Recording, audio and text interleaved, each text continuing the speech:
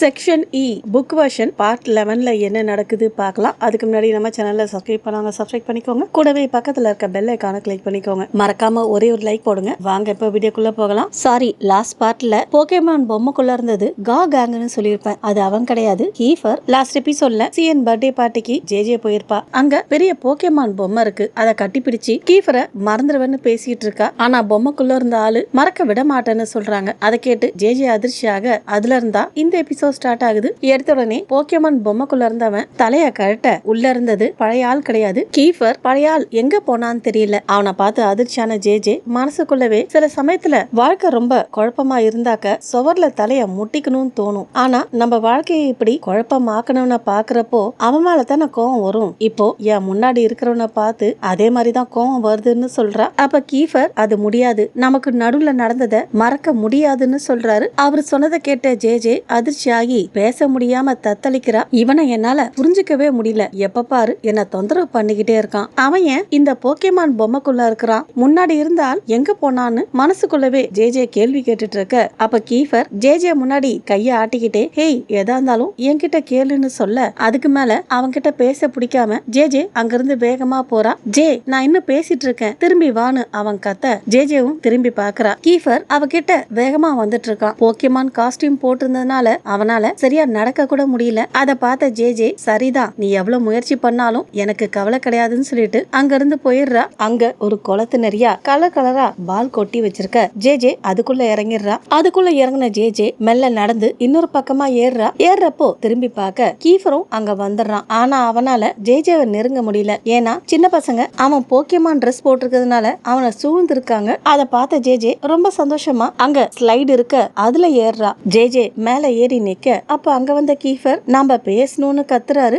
J முடியாதுன்னு தலையாட்டிட்டு ஸ்லைட்ல வழுக்கிக்கிட்டே கீழே வர அப்ப கீஃபர் அவனோட காஸ்டியூமை கழட்ட சொல்லி குரல் கொடுத்துட்டு இருக்கான். அதை பார்த்த ஜே எனக்கும் அதுக்கும் சம்பந்தம் இல்லைன்னு நினைச்சிட்டு அங்க இருந்து போறா. கீஃபர் என்ன சொல்ல வந்தான்னு தெரியல, ஆனா இதுக்கப்புறம் அவன் சொல்றத கேட்க கூடாதுன்ற முடிவுல ஜே இருக்கிறா. அப்போ ஜேன்னு கூப்பிட்டுக்கிட்டு யூரி வந்து ஜே கைய பிடிக்க அவரை பார்த்த ஜே என்ன வேணும்னு கேக்குறா. யூரி முகம் வாடி போயிருக்கு, நாம கொஞ்சம் பேசலாமா ப்ளீஸ் தயவு செஞ்சுன்னு கேக்குறாரு. அதை பார்த்த ஜே மனசுக்குள்ளவே நீ இப்போ பேசித்தான் இருக்கிறன்னு சொல்ல தோணுது, ஆனா அவன் கண்ணை பார்த்ததுக்கு அப்புறம் சொல்ல தோணல. உண்மையாவே அவன் ஏதோ பேச விரும்புறான்னு புரியுது. சரின்ற மாதிரி தலையாட்ட ரெண்டு பேரும் பார்ட்டி நடக்கிற இடத்த விட்டு வெளியே போறாங்க. அப்ப ஜே என்ன பேசணும்னு கேட்க அந்த இடத்துல யாரும் இல்லாதனால ஜேவோட குரல் எதிரொலிக்குது. அதனால ரெண்டு பேரும் அந்த இடத்த விட்டு இன்னும் கொஞ்சம் தள்ளி போறாங்க. அப்ப யூரி ஜே நான் விளக்கம் சொல்லட்டுமான்னு கேக்குறாரு. இவ்வளவு தூரம் வந்ததுக்கு அப்புறம் கேட்காம போனா நல்லா இருக்காது இல்லையா, அதனால அவளும் சரி சொல்லுன்னு சொல்றா. ஜே அமைதியா சரின்னு சொன்னதை பார்த்து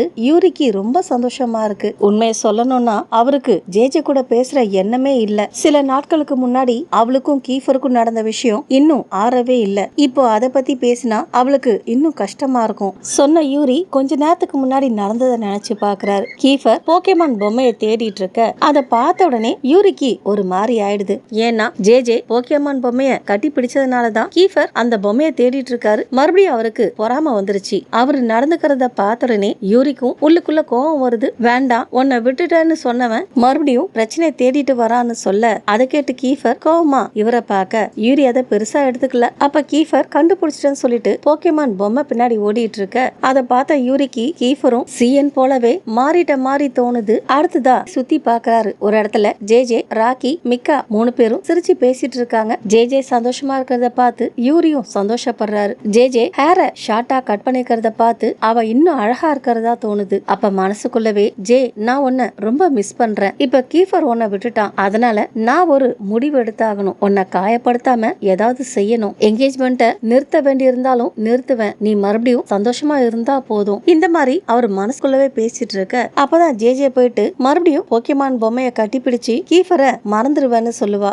இப்போ அந்த பொம்மைக்குள்ள இருக்கிறது கீஃபர். ஜே சொன்னதை கேட்ட கீஃபர் நான் உன்னை முன்னேற விட மாட்டேன், நீ என்ன மறக்கிறதையும் அனுமதிக்க மாட்டேன்னு சொல்றாரு. அவன் சொன்னதை கேட்ட யூரி என்ன சொல்றான், இப்பதானே அவளை விட்டுறன்னு சொன்னான், ஜேக்கு சுதந்திரம் கொடுக்கறன்னு சொன்னான், அவளை மறக்க அனுமதிக்க மாட்டானா, அவன் ஏன் இப்படி பேசுறான்னு புரியல. அதே சமயத்துல அவன் பொய்யும் சொல்லல, ரொம்ப சீரியஸா தான் சொல்லிட்டு இருக்கான். உண்மையாவே அவன் ஜேவை விரும்பல போல இருக்கு, நான் தான் ஏதாவது செய்யணும். இப்படி சொன்னவர் முதல்ல கீஃபர் கிட்ட பேசலாம்னு நினைக்கிறாரு. அடுத்த செகண்டே வேண்டாம் ஜே கிட்ட பேசலான்னு ஜேவை தேடி போறாரு. பிளாஷ்பேக் இதோட முடிய இத நினைச்சு பார்த்த யூரி, ஜே நான் உனக்கு கொடுத்த கஷ்டத்துக்கு என்ன மன்னிச்சிரு, ஆரம்பத்துல இருந்தே நான் முட்டாள்தனமா நடந்துகிட்டேன், உனக்கும் தெரியும் தானேன்னு கேட்க ஜே அதுக்கு எதுவும் சொல்லல. அப்ப யூரி இந்த திட்டத்தை கீஃபர் தான் யோசிச்சான். அவன் கூட நானும் இருந்தேன். ஏரிஸ் மேல கோவம் இருந்ததுனால நானும் அதுல சேர்ந்தேன். ஆனா உண்மையிலேயே எனக்கு சந்தேகம் இருந்துச்சு. அதனாலதான் திட்டம் நடந்துட்டு இருக்கும் போது பாதியிலே நிறுத்தினேன். உன் கூட நெருக்கமாகி உன்னை புரிஞ்சுக்கிட்டதுக்கு அப்புறம் உன்னை விரும்ப ஆரம்பிச்சிட்டேன். உன்னை காப்பாத்துறதுக்கு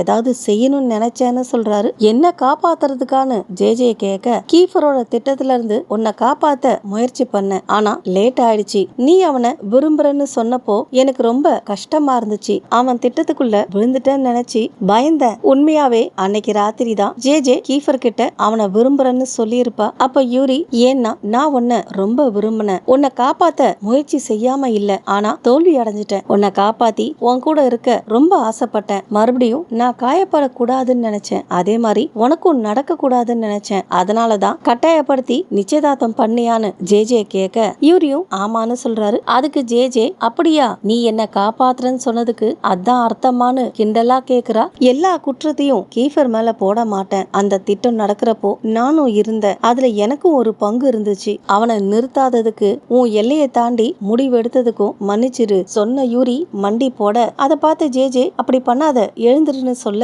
ஆனா யூரி கேட்கவே இல்ல. மண்டி போட்டு மன்னிச்சிரு ஜே, தயவு செஞ்சு மன்னிச்சிரு, மறுபடியும் நீ என் வாழ்க்கையில வேணும்னு சொல்றாரு. அப்ப ஜே, நான் இங்க உன்னை மன்னிக்க போறத பத்தி பேச வரல, நீ விளக்கம் சொல்றன்னு சொன்ன, அதை கேட்க வந்தேன். அதுக்கு மேல ஒன்னும் கிடையாது. இப்படி மண்டி போட்டிருக்கிறதுனால தேவையில்லாம உன் நேரத்தை தான் வீணாக்குற, எழுந்துருன்னு சொல்றா. ஜே இந்த மாதிரி மூஞ்சில அடிச்ச மாதிரி பேசுவான்னு யூரி கொஞ்சம் கூட எதிர்பார்க்கல. அவ பேசினது யூரிக்கு ரொம்ப வருத்தமா இருக்கு. மெதுவா எழுந்திருக்கிறாரு. அப்ப மனசுக்குள்ள, எனக்கு புரியவே இல்ல, கீஃபர் அவகிட்ட எவ்வளவு தவறு பண்ணா, இருந்தாலும் அவன் கூடவே இருக்கிறா, ஆனா என்ன மட்டும் ஈஸியா தள்ளி வச்சுட்டா. அப்படி சொன்னவர் ஜே கிட்ட, நீ உண்மையிலேயே கீஃபரை காதலிக்கிறியான்னு கேக்குறாரு. யூரி கேட்டதுக்கு ஜே எதுவும் சொல்லாம அவரையே பார்க்க, அப்ப யூரி, அவன் உன்கிட்ட மன்னிப்பு கூட கேட்கல, ஆனா நீ அவனை இவ்வளவு சீக்கிரம் மன்னிச்சிட்டேன்னு சொல்றாரு. நான் இன்னும் கீஃபரை மன்னிக்கலன்னு அவ சொல்ல, இன்னும் இல்ல, ஆனா ஒரு நாள் மன்னிப்பான்னு யூரிக்கு தோணுது. அப்ப அவகிட்ட, அவன் உன்னை இவ்வளவு காயப்படுத்தினதுக்கு அப்புறமும்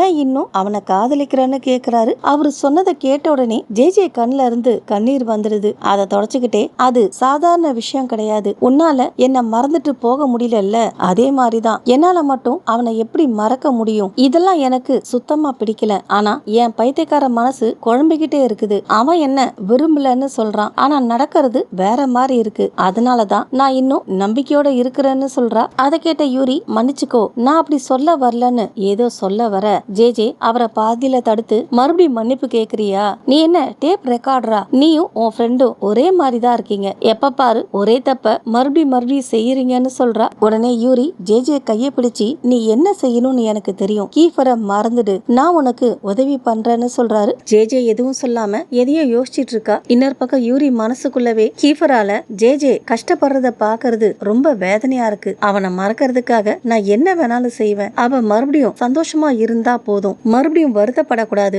அவன் இவ்வளவு விட்டுட்டான், இப்போ மறுபடியும் மனசு மாற நான் விட மாட்டேன்னு சொல்றாரு. அப்ப ஜே, யூரி, நான் உன்னை கஷ்டப்படுத்த விரும்பல, மறுபடியும் பழைய மாதிரி இருக்கலான்னு ஒரு முறை முயற்சி பண்ண முடியல, ஏன்னா மறுபடியும் கீஃபர் வந்துட்டான்னு அழுதுகிட்டே சொல்றா. மறுபடியும் கீஃபரா, இன்னும் அவனுக்காக தான் நம்பிக்கையோட காத்துட்டு இருக்கியான்னு கேக்குறாரு. அதுக்கு அவ பதில் சொல்லல. அந்த அமைதியே யூரிக்கு ரொம்ப வருத்தமா இருக்கு. அடுத்தது அவகிட்ட, அவன் தான் உன்னை விட்டுட்டானேன்னு சொல்ல, என்ன சொல்றன்னு அவ கேட்க, ஒரு வாரத்துக்கு முன்னாடி கீஃபர் என்கிட்ட உன்னை பத்திரமா பாத்துக்க சொன்னான், நான் ஏன்னு கேட்டேன், ஆனா அவன் காரணம் சொல்லல, அவன் சொன்ன ஒரே ஒரு விஷயம், அதுக்கு பதில் நான் அவளை விட்டுறேன்னு சொன்னான். யூரி சொன்னதை கேட்ட ஜே இன்னும் அழ ஆரம்பிச்சிடுறா. யூரிக்கு என்ன பண்றதுனே தெரியல. மறுபடியும் மன்னிப்பு கேட்கலாமான்னு யோசிக்க, அதுக்குள்ள ஜே அங்கிருந்து கிளம்பிடுறா. இன்னொரு பக்கம் ஜே கீஃபர் யூரி கிட்ட என்ன விட்டுட்டேன்னு சொல்லியிருக்கான், அப்படி இருக்கப்போ இப்ப என்ன செய்யறான், எதுக்கு என்கிட்ட வந்து விளையாடுறான், கொஞ்ச நேரத்துக்கு முன்னாடி நான் உன்னை முன்னேற விட மாட்டேன்னு சொன்னான், அவன் மனசுல என்ன நினைச்சிட்டு இருக்கான், நான் அவன் பின்னாடியே தொங்கிக்கிட்டே இருக்கணுமா,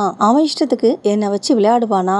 ஜே இந்த மாதிரி மனசுக்குள்ள கேள்வி கேட்டுக்கிட்டே போயிட்டு இருக்க, அப்போ கீஃபர் வரார். வந்தவர் ஜே கிட்ட, நான் உன்கிட்ட பேசணும்னு சொல்லிட்டு அவ கைய பிடிச்சி கூட்டிட்டு போறாரு. ஜேக்கு போக விருப்பம் இல்ல, இருந்தாலும் கீஃபர் விட மாட்டேங்கிறாரு. அவளை அந்த அபார்ட்மெண்ட்ல இருந்த ஒரு பிளாட்டுக்குள்ள கூட்டிட்டு போறாரு. அந்த பிளாட் ரொம்ப பெருசு, ரொம்ப சுத்தமா இருக்கு, புதுசா வாங்கின ஏகப்பட்ட பர்னிச்சர்ஸ் இருக்கு. ஜே அதெல்லாம் பார்த்துட்டு இருக்கப்போ கீஃபர் நான் உனக்கு விளக்கம் சொல்றேன்னு சொல்ல ஜே அதுக்கு மேல அவனை பேச விடாம நிறுத்தி அவன் கன்னத்திலே ஒரு அறை கொடுக்கறா. கீஃபர் மெதுவா திரும்பி அவளை பாக்குறாரு. வலிக்குதா? இன்னொரு பக்கமும் ஒண்ணு கொடுக்கட்டுமா? அப்போ சமம் ஆயிடும்னு சொல்றா. அதுக்கு கீஃபர் எதுவும் சொல்லாம ஆழமா ஒரு மூச்சை விட்டுட்டு இந்த அடிக்கு நான் தகுதி ஆனவன்னு சொல்றாரு. அதை கேட்ட ஜே சிரிச்சுக்கிட்டே உன்னால நான் ரொம்ப கோவத்துல இருக்கேன்னு சொல்றா. கீஃபர் அவ கைய பிடிக்க வர ஜே அவன் கைய தட்டி விட்டுட்டு என்ன தொடாதன்னு சொல்றா. நான் விளக்கம் சொல்றேன்னு அவன் சொல்ல எதுக்கு விளக்கம்? இன்னொரு பொய் கதையா? என்கிட்ட ஏன் இப்படி விளையாடுறேன்னு நானும் தெரிஞ்சுக்கணும். என்னைய மறுபடியும் காயப்படுத்துற,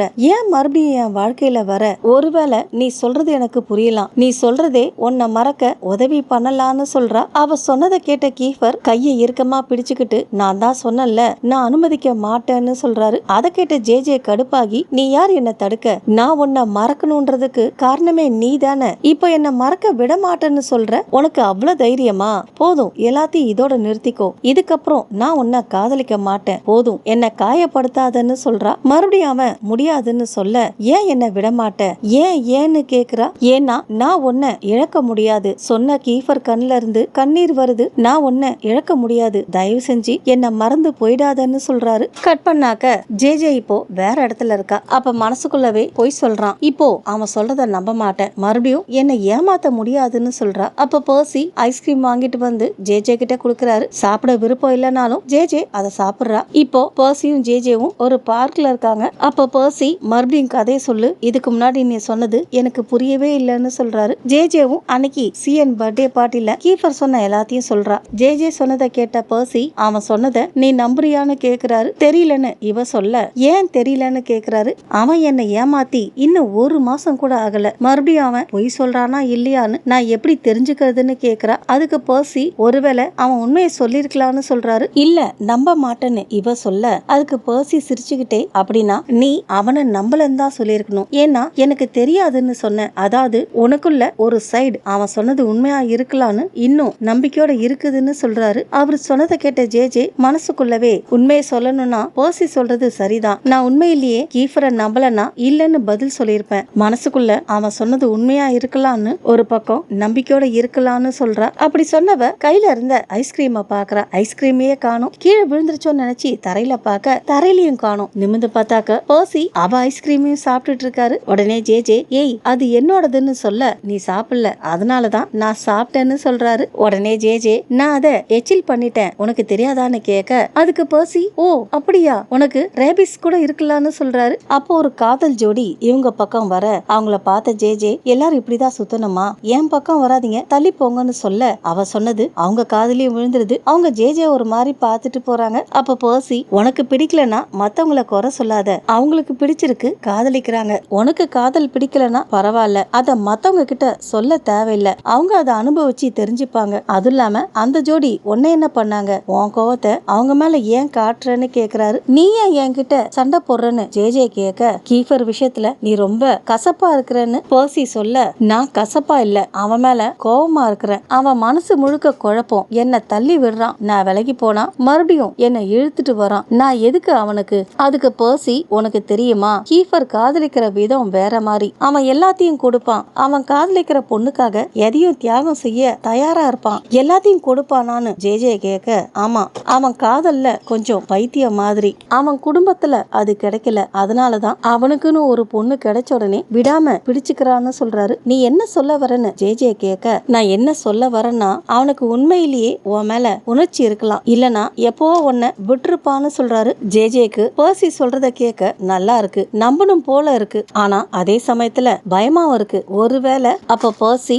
அவன் உன்னை விடல, ஏன்னா அவனால விட முடியல, அவன் உன் மேல பைத்தியமா இருக்கிறான், ஒருவேளை ஏதாவது நடந்திருக்கலாம், அதனாலதான் அவன் உன்னை தள்ளி வச்சிருக்கலாம்னு சொல்றாரு. ஏதாவது நடந்திருக்கலாம்னு சொன்னல, அது என்னன்னு எனக்கு தெரியாது, ஆனா அவன் நிரந்தரமா என்னை விட்டு விலகி இருந்தா போதும்னு சொல்றா. உனக்கு உண்மையாவே இதுக்கப்புறம் அவன் வேண்டாவான்னு பர்சி கேட்க இதுக்கப்புறம் அவனை நம்ப விரும்பல, அது மனச குழப்பமாக்குது, அவன் முழுசா முடிஞ்சிச்சின்னு சொன்னப்போ ரொம்ப நல்லா இருந்துச்சு, என்ன ஆகும்னு நினைச்சுக்கிட்டே வாழறதை விட இது நல்லா இருக்கு அப்படின்னா அவன்கிட்டயே சொல்லிடுன்னு பர்சி சொல்ல ஜே புரியாம என்ன சொல்றன்னு கேட்க நீ அவனை மறந்துட்டேன்னு அவனுக்கு நிரூபி, வேற ஒருத்தன் கூட டேட்டிங்க்கு போ, அவன் இல்லாம சந்தோஷமா இருக்கிறன்னு அவனுக்கு காட்டுன்னு சொல்றாரு. பர்சி சொன்ன ஐடியா நல்ல ஐடியான்னு ஜேக்கு தோணுது. தோணுது. அடுத்ததான் 2 பேரும் ஒரு ரெஸ்டாரண்ட்டுக்கு சாப்பிட போறாங்க. அது கொஞ்சம் காஸ்ட்லியான இடம். உள்ள போன உடனே ஜேஜே பர்சி கிட்ட நான் பணம் கொஞ்சம் தான் கொண்டு வந்திருக்கேன்னு சொல்றா. பில்லுக்கு நான் பணம் கொடுத்துக்கிறேன்னு சொல்லிட்டு பர்சி ஆர்டர் கொடுக்க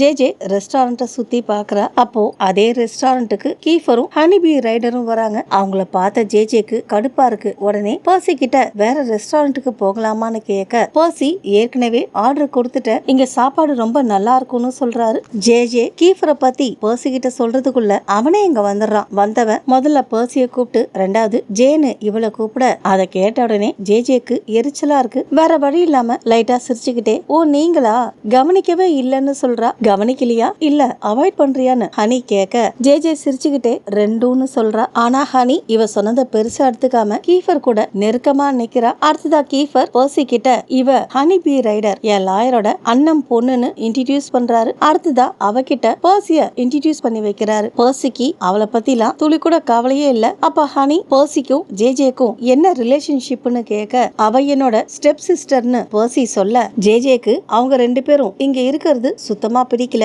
அதனால அதான் அறிமுகம் முடிஞ்சிருச்சே, நீங்க 2 பேரும் போங்கன்னு சிரிச்சுக்கிட்டே சொல்றா. உடனே பர்சி ஜேஜேவை பார்த்து இப்படி பேசாதன்னு சொல்றாரு. ஜேஜேவும் அதுக்கு மேல பேசல. அப்ப ஹனி பர்சி கிட்ட நாங்க இங்கே சாப்பிட போறோம், டேபிள ஷேர் பண்ணிக்கலாமான்னு கேட்க உடனே பர்சி ஜேஜேவை பார்க்க ஜேஜே அவனை முறைக்கிறா. அதாவது வேண்டான்னு சொல்றதுக்காக. அதுக்குள்ள கீஃபர் நல்ல ஐடியான்னு சொல்லிட்டு அதே டேபிள்ல உட்காந்துட்டு அவங்களுக்கு வேணும்ன்ற ஃபுட்டை ஆர்டர் கொடுக்கறாரு. ஜேஜேவால அதை தடுக்க முடியல. பத்தாவதுக்கு கீஃபர் ஜேஜேக்கு நேரா உட்கார்ந்துருக்க இன்னும் கடுப்பா இருக்கு. அப்ப ஹனி சும்மா இல்லாம நீங்க 2 பேரும் எப்படி ஸ்டெப் சிப்லிங்ஸ் ஆனீங்கன்னு கேட்க அது உனக்கு தேவையில்லாத விஷயம்னு ஜேஜே சொல்ல அவ கோவமா நான் உன்கிட்ட பேசல அவன்கிட்ட தான் பேசுறேன்னு சொல்ல ஜேஜேவும் நானும் உன்கிட்ட பேசல, நான் சொன்னவ யார சொல்றதுன்னு தெரியாம முழிக்கிறா. ஏன்னா எழுத்தாப்புல உட்கார்ந்து இருக்கிறது கீஃபர் தான். அதனால பக்கத்துல இருந்த பர்சிய கைய காமிக்கிறா. அவ சொன்னது பர்சிக்கே சரியா புரியல. குழப்பமா அவளையே பாக்குறாரு. அப்போ ஆர்டர் பண்ண ஃபுட்டு வர எல்லாரும் சாப்பிட ஆரம்பிக்கிறாங்க. பர்சி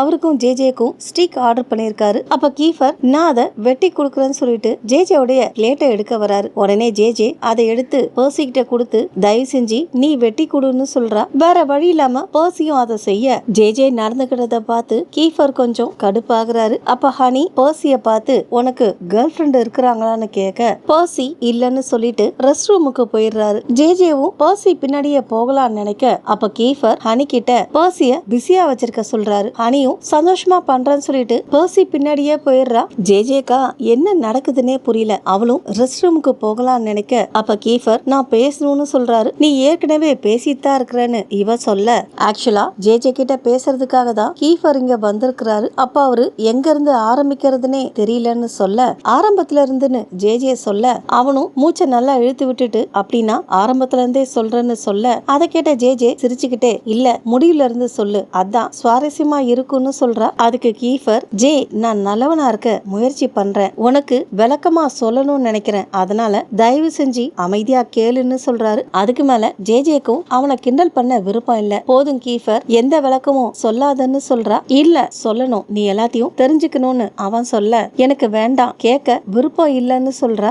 ஏன் என்னை விட்டு விலகி போறன்னு கீஃபர் கேட்க இத நீ கேக்குறியா, நான் உன்னை காதலிச்சேன் ஆனா நீ என்ன காதலிக்கிற, ஒரு முறை நீ சொன்ன பொய்யால ஏமாந்துட்டேன், மறுபடியும் அதை அனுபவிக்க விரும்பல, என்னால முடிஞ்சா உன் செக்ஷன்ல இருந்து வெளியே போயிருப்பேன், உன் பக்கத்துல இருக்கிறதுனாலயே எல்லாம் கஷ்டமா இருக்கு, நீ பக்கத்துல இருக்கிறப்போ என் இதயம் சுக்கு நூறா ஒடிற மாதிரி இருக்கு, ஸ்கூலுக்கு போறதே எனக்கு தண்டனை மாதிரி இருக்கு, ஏன்னா நாம சேர்ந்து செஞ்ச எல்லாம் நினைவுக்கு வருது, நாம சந்தோஷமா இருந்த நினைவுகள், ஆனா திடீர்னு அதெல்லாம் பொய்ன்னு தெரியறப்போ ரொம்ப வலிக்குது, எனக்கு உண்மையான ஃப்ரெண்ட்ஸே கிடைக்கல, யாராவது ஃப்ரெண்டா வர முயற்சி பண்ணாங்கன்னா நான் உடனே ஏத்துக்கிறேன், அவங்கள என் பாட்டிக்கு இன்ட்ரோடியூஸ் பண்ணி வச்சா போதும், அவங்களோட உண்மையான நோக்கத்தை என் பாட்டி கண்டுபிடிச்சிருவாங்க, செக்ஷன் ஈல தான் முதல் தடவையா உண்மையான ஃப்ரெண்ட்ஸ் கிடைச்சாங்கன்னு நினைச்சேன், ஒரு குழு ஒரு கூட்டம் அது ரொம்ப நாளைக்கு இருக்கும்னு நினைச்சேன், ஆனா ஒரு கிண்டல் மாதிரி சீக்கிரம் முடிஞ்சிருச்சு, நான் அந்த சந்தோஷத்துக்கு தகுதி இல்லாதவ மாதிரி என்கிட்ட இருந்து சீக்கிரமா எடுத்துக்கிட்டாங்க, அதனால கீஃபர் சொன்ன ஜேஜே நிமிந்து அவனை பார்க்க அவன் எதுவும் பேசாம எதுவுமே கேட்காத மாதிரி இவளை பார்த்துக்கிட்டு இருக்கான். அடுத்ததா அவ கிட்ட வந்து லைட்டா சிரிச்சுக்கிட்டே நீ என்ன பைத்தியமாக்குறன்னு சொல்றான். ஜேஜேக்கு ஒன்னும் புரியல, அவனே பார்த்துட்டு இருக்க என் பேரு கீஃபர் வாட்சன், உன்னை விட புத்திசாலி வலிமையானவன் சொன்னவன் அடுத்ததா ஜேஜே பக்கத்துல உட்காந்து அவளை கிஸ் பண்றான். அதுக்கப்புறம் ஜே நீ மட்டும்தான் என்ன இந்த மாதிரி மாதிரி சிந்திக்க வச்ச ஒரே பொண்ணுன்னு சொல்லிட்டு கொஞ்சம் தள்ளி உட்காந்துக்கிறான். அடுத்ததா அவ கைய பிடிச்சுக்கிறான். நீதான் எல்லாத்தையும் கஷ்டமாக்குறன்னு ஜே சொல்ல அவ கைய எடுத்து கன்னத்துல வச்சுக்கிட்டு எனக்கு பயமா இருக்குன்னு சொல்றான். எதுக்கு பயப்படுறான்னு ஜே யோசிச்சுட்டே இருக்கும்போது கையில கீஃபரோட கண்ணீர் படுது. கீஃபர் அழுதுகிட்டே யூரி சொன்னது சரிதான், நான் அவன்கிட்ட போய் சொன்னேன், உன்கிட்ட போய் சொன்னேன், என்கிட்டயும் போய் சொன்னேன், உன் மேல எனக்கு இருக்க உணர்ச்சிய உன்னால கற்பனை கூட பண்ணி பார்க்க முடியாதுன்னு சொல்றான். அவன் சொன்னதை ஜேவால நம்ப முடியல. கற்பனையா இல்ல கனவோன்னு தோணுது. அப்ப கீஃபர் அவ கன்னத்தை தொட்டு நான் உன்னை தொட பயப்படுறேன், அதே நேரத்துல தொடணும் போல இருக்கு, நான் ஃப்ரேயாவை கஷ்டப்படுத்தின மாதிரி உன்னை கஷ்டப்படுத்த விரும்பல, ஆனா என் பொறாமைய கட்டுப்படுத்த முடியல. அவன் அப்படி சொன்ன உடனே ஜே யூரி அவளை கிஸ் பண்ணப்போ கீஃபர் கோமா நடந்துகிட்டான் இல்லையா, அதை நினைச்சு பாக்குறா. நினைச்சு பார்த்ததுக்கே பயமா இருக்கு. அப்ப கீஃபர் மறுபடியும் அதை நடக்க விட மாட்டேன், எனக்கு பர்த்டே வரப்போகுது, எனக்கு பிடிச்ச கிஃப்ட் நீதான்னு சொல்றாரு. கீஃபருக்கு பிப்ரவரி 29 தான் பர்த்டே. அவன் சொன்னதை கேட்ட ஜே மனசுக்குள்ளவே அவன் கேட்ட கிஃப்ட என்னால கொடுக்க முடியாதுன்னு சொல்றா. அப்ப கீஃபர் ஜே கைய விட்டுட்டு எதுவும் நடக்காத மாதிரி அவன் இடத்துல போய் உட்காந்துட்டு நீ என்ன நிறுத்த சொன்னல, நிறுத்துறேன், ஆனா கொஞ்ச நாளைக்கு மட்டும். அவன் சொன்னது ஜேக்கு புரியல. என்ன சொல்றேன்னு கேட்க அதுக்கு கீஃபர் தற்காலிகமா நீ நிறுத்துவ, நான் அதுக்கு பர்மிஷன் கொடுக்கறேன், உன்னை விட்டு தூரமா போகணும், ஆனா திரும்பி வந்ததுக்கு அப்புறம் உனக்கு பிடிக்கலனாலும் நீ எனக்கு சொந்தமாவன்னு சொல்றாரு. இப்ப சொன்னதும் ஜேக்கு சுத்தமா புரியல. அவங்கிட்ட ஏதோ கேட்க போக அதுக்குள்ள பர்சி வந்துடுறாரு. அவரு முகமே சரியில்லை, தலையெல்லாம் கலைஞ்சிருக்கு. வந்தவர் கிளம்பலாம் சொல்லிட்டு ஜே கூப்பிட்டு கிளம்பிடுறாரு. அடுத்துதான் காரை ரொம்ப பதட்டமா ஓட்டுறாரு. அதை பார்த்த ஜே என்ன ஆச்சுன்னு கேட்க உடனே பர்சி காரை ரோட்டோரமா நிறுத்திட்டு அழ ஆரம்பிச்சிடுறாரு. அதை பார்த்து பதறி போன ஜே பர்சி என்ன நடந்துச்சுன்னு கேட்க கீஃபர் ஃப்ரெண்ட் ஹனி இவரை தொந்தரவு பண்ணலாம், அதனாலதான் இப்போ அழறதா சொல்றாரு. இதோட தான் இந்த எபிசோட் முடியுது. ஓகே ஃப்ரெண்ட்ஸ், இந்த வீடியோ உங்களுக்கு பிடிச்சிருந்தா நம்ம சேனலை லைக் பண்ணுங்க, ஷேர் பண்ணுங்க. தேங்க்ஸ் ஃபார் வாட்சிங்.